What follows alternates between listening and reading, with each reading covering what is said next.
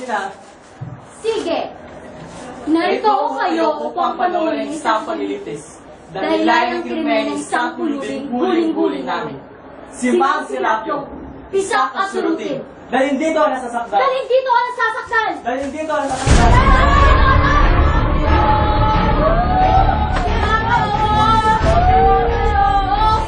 Magandang gabi, Ginoo. Magandang gabi. Silensyo! Huwag kang nagsasalita habang kami nagsasalita pa. Bastos ang nagsasalita habang may nagsasalita pa. Patawarin mo siya. Talagang ganyan ang walang kapangyarihan tulad niya. Mang! Mga sulanin ng mga makikapangyarihan tulad namin. Tuminig ka na matuwid. Bakit ka ba galaw ng galaw? Gusto ko lang pong malaman ano ang krimen ko. Ano? Hindi mo alam? Hindi ho. Problema mo yan. Pag-aaruga ng bata ang krimen niya. Pag-aaruga, nakalala. Krimen sapagkat ang pag-aaruga ng bata ay paluluksong gumasta. Nawawala ng pera itong federasyon. Nakita na siya na tatlong kasapi nitong federasyon. Narinig pa niya ang pag-usap nila sa kanya na ang pangit ay Sol. Formalidad na lamang itong paglilitis. Formalidad na rin ho ang hatol ko. Ang parusa niya ay nais panoorin itong mga pulubi. Siya ay bubulagin.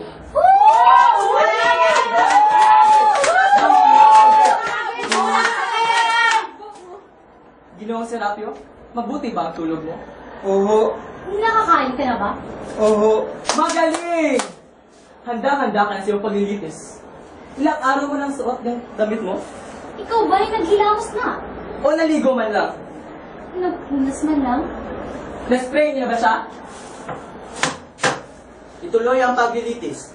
Sa 9 na taon sa federasyong ito bilang hukom, wala pa akong nakikilalang mga tagapagtanong na kasindaldal nitong dalawa.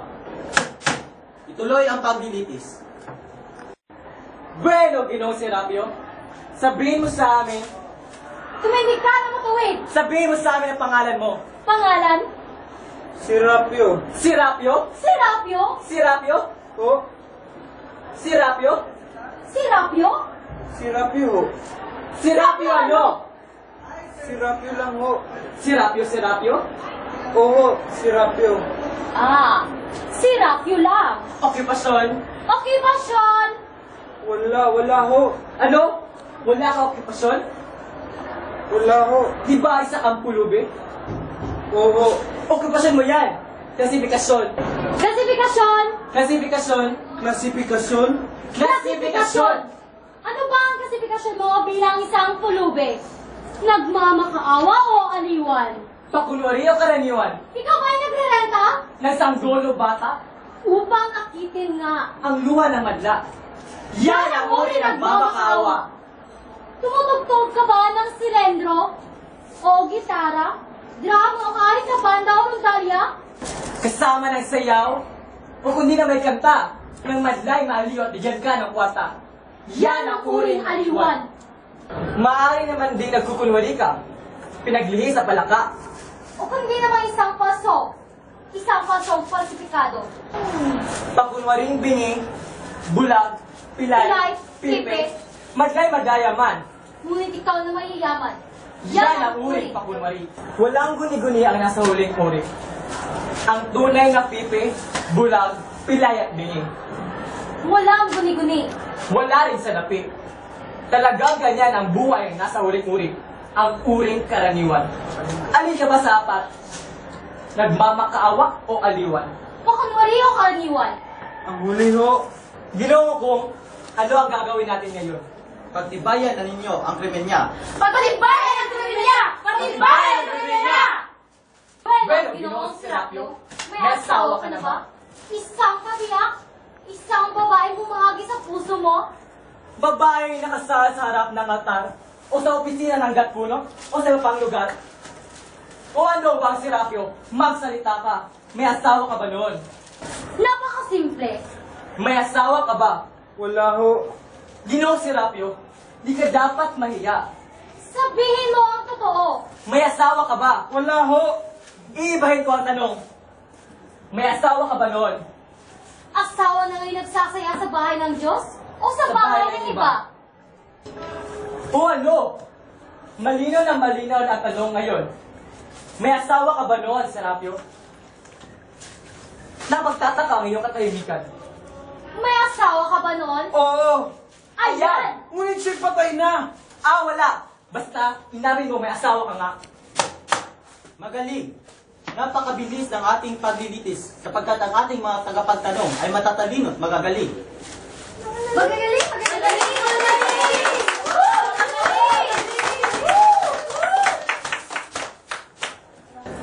Ginoong Serapio, nagkaroon ka na ba ng anak? Buhat sa kasal na yon, Buhat sa iyong pagsasama? buhat sa iyong pag-aasawa. Ginoong Serapio, tahimik ka na naman. Wala kang sinasabi. Wala kang himik. Pasigil na pasigil ang aming pananabik. May anak ka ba noon? Payat na payat. Tuyong-tuyo pa. Walang alilang, wala na siyang katas. Nagkaroon ka ba ng anak? Ba't niyo tinatanong yan? Aba, pilosopo! Patawarin ho ninyo ako, ngunit Wala ka bang utak? Isip, Katiting na katilinuhan? tandaan mo kung sino ka. Sagutin mo ang tanong ko, nagkaroon ka ba ng anak? oo. Ayos! Ba't di mo agad sinabi na may anak ka nga? Ano ba ang krimen ko? Umupo ka, malalaman mo rin. Hawakan isa. Di ba ang pangalan ng anak mo ay Sol? Ba't ninyo nalaman? Ha! Marami kaming alam. Yung din ang pangalan ng namatay niyang ina, Sol Consuelo. Namatay ang kanyang ina nang siya ipinanganak. Ang aming unang anak at namatay pa ang ina. Isang dalagang tahimik na may ngiting nagmumungkahi ng simoy at tubig. Batis. Ang pagpanaw niya pagsapit ng kalungkutan. Dalawang hiyaw ang tumaginting sa aming silid sa gabing yun. Ang hiyaw ng hapis ng pagkamatay ni Sol at ang hiyaw ng takot na isinilang niya si Sol na naging larawan ng kanyang ina. Maputi, maitim ang mga mata. Madalas na nakangiti, lundag na lundag. Kapag inuwian mo ng candy, matamis at laruan. Sana'y nakita niyo siya. Sana'y nakita niyo. Ang ganyang alagak. Ang ganyang alagak. Sol! Sol! Ano? Ano niya sinasabi mo? Wala. Wala ho. Huwag kang umarte pa. Basta't inamin mo, may anak ka. Nadrama-drama ka pa riyan. Hinalo ko yung radyo. Ano? Tapos na ba ang paglilitis? Oo, inamin na niyan anak na yung Sol na yun. Bantay, kunin mo yung kahon.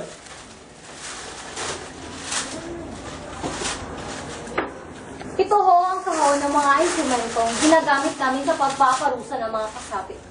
Kakangahanga talaga ang federasyon. Merong pagkakaunawa at karunungan. Ngunit, sa katotohanan ay ang pagkakawanggawa ng mga kasapi.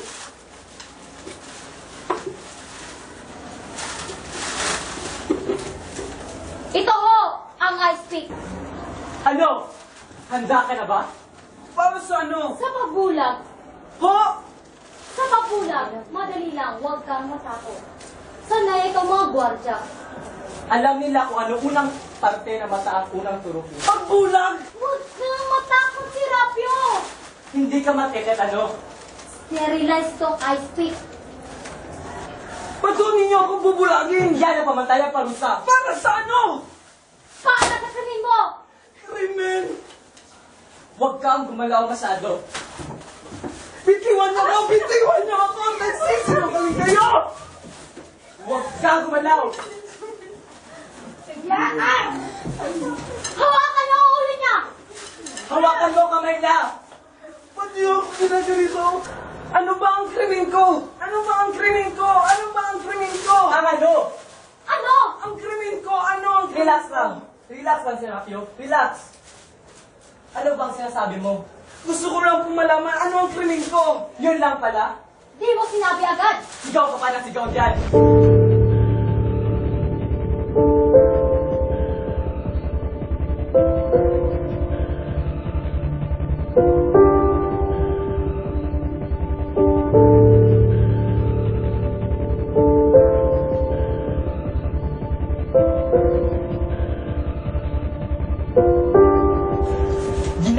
ang pera ng itong federasyon.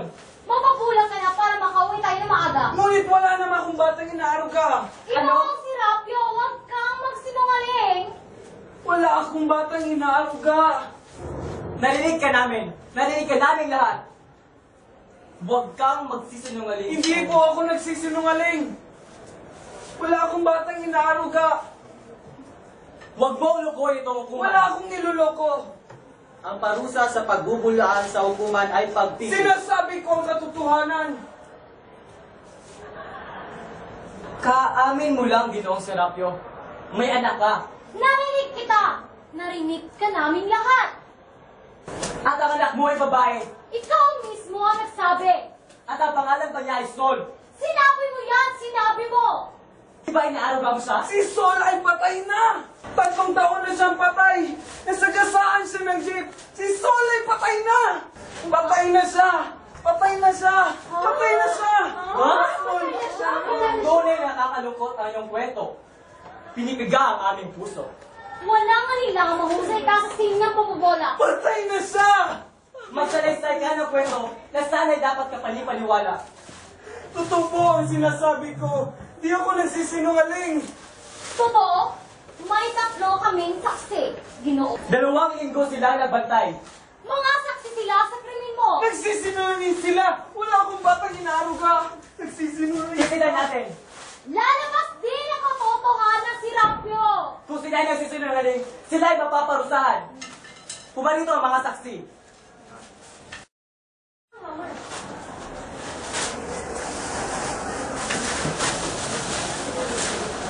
Kayo na naman? Oo. Kayo na palagi nagpapabulag sa iba. Talaga kanino ang buhay. Manananggal lamang ko kami ng kalinisan nitong federasyon. Mga tagapatnupay na kabutihan nitong lipunan. Kayo ba ang unang nagsumbong ng kanyang krimen? Oo. Pwes, ayon ho sa batas ng aming federasyon, kung mapapatunayan nila ang krimen ng nasasakdal, mapapasa kanila ang lahat ng kasangkapan ni Ginoong Serapio at 10% ng kanyang kinikita. Buwaya! Hawa kayo siya! Bawal dito ang kumilos na ganyan. Igala mo itong lukuman, Ginoong Serapio. Oh, bueno. Mga ginang itong federasyon, sabihin niyo sa amin ang nakita niyo kagabi. Nakita namin siya. Papauwing may dalang mga tigang supot sa kilikili niya. At susulyap-sulyap sa kanan kaliwa. Takot-warin na makita namin siya. Takot-waring makita namin siya. Sinundan namin siya hanggang sa bahay niya. Nasitago kami, narinig namin siya. Heto na, Sol! Kumain ka na, isusuot mamaya ang damit mong pula! Heto na, Sol! Kumain ka na, isuot mamaya ang damit mong pula. Oh, Ginoong Serapio, pinagbibitangan kita ng krimen. Pag-aaruga ng bata krimen mo, bubulagin ka ngayon din. Kulang pa yan sa pagbayan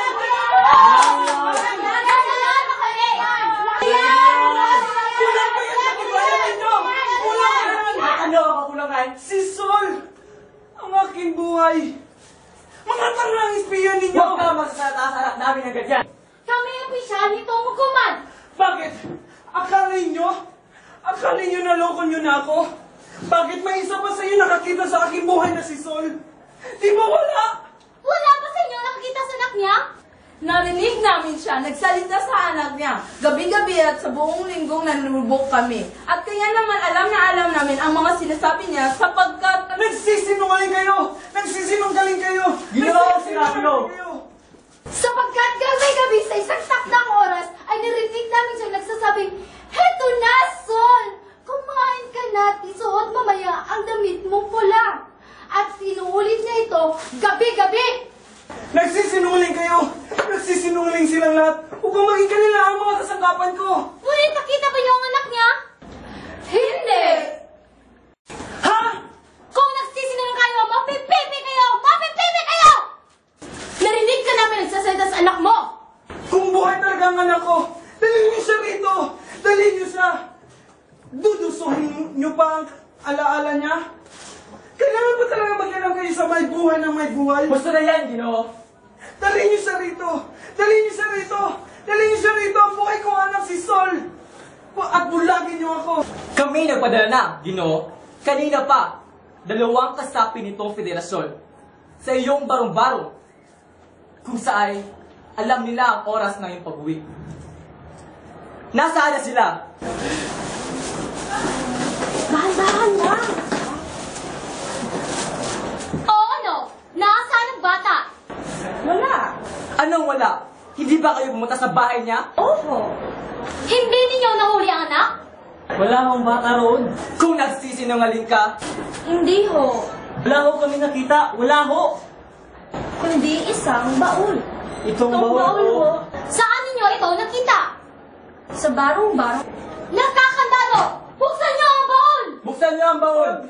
Huwag niyo yung buksan. Huwag. Akin yan. Akin yung baul. Akin yan. Huwag niyo Bakit yung ba ginawa sa lapro? May ang ka ba riyan? Wala. Akin yung baul. Ba't yung pinapakialaman yan? Wala kang magagawa. Wala kang karapatan sa hukumang ito. Akin yung baul. Buksan niyo yan! At Wag! alam natin kung ano nasa loob niya. Wag! Ebidensya ng krimen niya. Wag. Wala kayong pakialaman ng laman yan. Bakit ginawa si Rapio? Pinapapawisan ka! Wag. Huwag niyo yung buksan. Umupo ka! Wag. Huwag niyo yung buksan. Akin yung baul. Walang makakatulong sa iyo, Ginoong Serapio. Wala, ni pulis, pahayagan, o kahit sino man sa mundong ito. Mga iyaw mo'y di maririnig, mga kilos mo'y mabibigo. Hindi ka nila papansinin. Kaya, lumaing ka pa at bukas makalawa, matatagpuan ang iyong magang katawan sa ilog Pasig. Buksan ang baul! Buksan natin ang baon!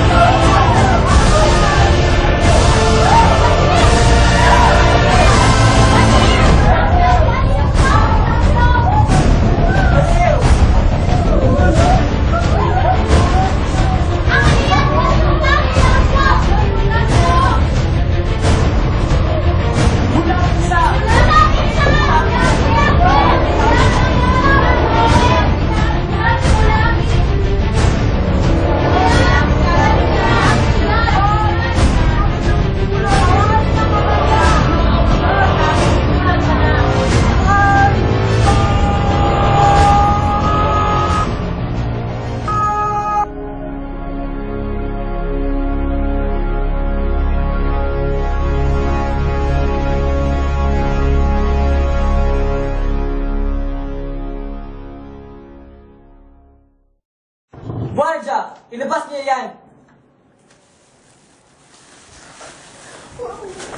Ah! Ah!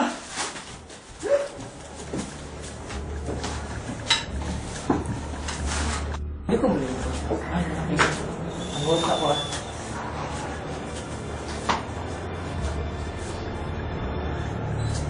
Paminsan-minsan na lamang itong mga paglilitis. Oo nga, di tulad ng dati. Kailan pa ang susunod? Sa Marso pa. Isang pang buwan. Umaasa kami na nauunawaan niyo kung bakit kami napilitang parusahan si Ginoong Serapio. Tinuturuan niya ang mga kasapi magkaroon ng mga haraya ng mga pangarap na di naman natutupad at tagad lamang sa kanilang tupad. Ang ginawa niya ay nakakasira sa mga kasapi nitong henerasyon. Tinutulungan lang namin sila na parusahan namin si Ginoong Serapio. Sinusunod lamang namin ang mga batas nitong federasyon. Ang anumang federasyon ay nangangailangan ng kaayusan ng mga batas. Ang maninira nitong kaayusan ay mapanganib. Ang ginawa ni Mang Serapio ay salungat sa aming mga batas. Ang ginawa niya ay hulos malisya. Ipinagtanggol lang namin ang aming kapwa-tao. Ito'y dapat ninyong lubos na maunawaan. Lubos na maunawaan. Nakita niyo sila, isa-isang nagsisi-alisay. Pabalik din sila, pabalik. Alam niyo, nagkamali si Ginoong Serapio nang sabihin niya kami sadyang pabaya sa mga matatandang kasapi. Ang mga matatandang kasapi ang mga matatandang pulubing ang siyang mismong ayaw mabuhay. Pilitin mo man sila, ayaw nilang kumain. Umiinom lamang sila ng kaunting tubig araw-araw, sapagkat wala silang makita kundi karimlan sa langit, at hinihintay na lamang nila ang pagdapo ni kamatayan sa kanilang pinungawan. Bali-bali na ang aming pakpak. Wala sa amin ang makalabas upang liparin ang napakataas na pader na konkreto. Marahil ay binitin na ni Mang Serapio sa harap namin ang susi sa aming pigitan. Ngunit, napakahirap tuwain ang sarili at ilhan ang pag-iisip. Balon ay malalim. At sa kalaliman ng kahit iban, hanapin ang sinag ng araw.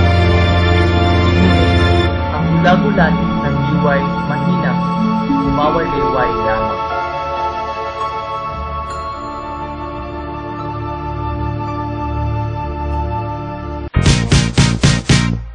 Give me your attention, baby. I gotta tell you a little something about yourself. You're wonderful, flawless, ooh, you a sexy lady. But you walk around here like you wanna be someone else. Ooh, I know that you don't know it, but you're fine, so fine, fine, so fine. Ooh, oh girl, I'm gonna show you when you're mine, oh mine, mine, oh mine. Treasure, that is what you are. You're my golden star. You look at make my wish come true. If you let me treasure you, if you let me treasure you, oh, oh. Pretty girl, you should be smiling. A girl like you should never look so blue. Tatlong patay na siya! Nagsisinungaling kayo! I wanna say that to you. Nagsisinungaling kayo! Para sa inyo ang lahat ng aking mga kayamanan! I know that you don't know it, but you're fine, so fine. Fine, so Kung nagsisinungaling kayo, bakit TV kayo?